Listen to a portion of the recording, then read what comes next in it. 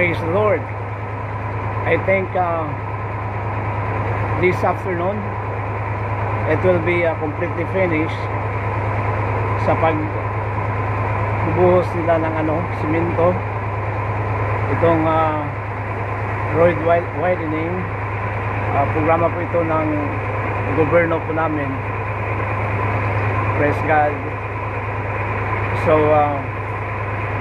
hindi magtatagal, everything will be okay, will be gonna be alright, at maging matiwasay na po.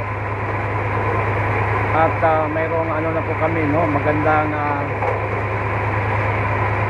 highway, magandang nadaanan. So I think everybody is happy to have this program of our government. So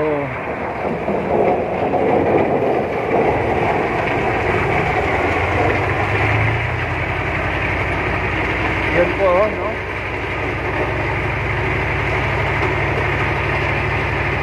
talagang magandang tingnan.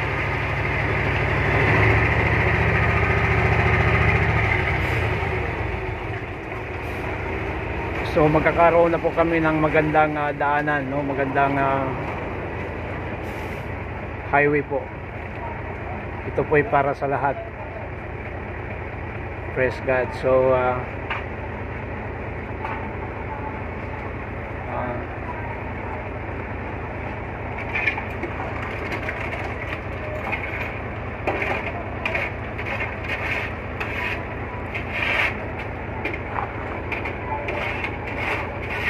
so yun po,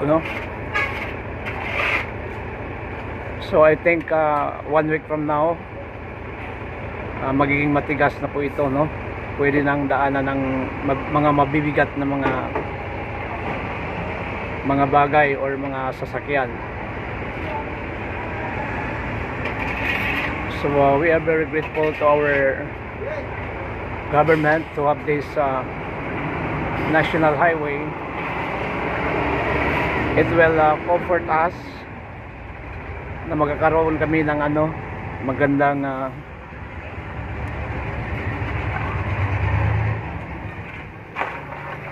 highway.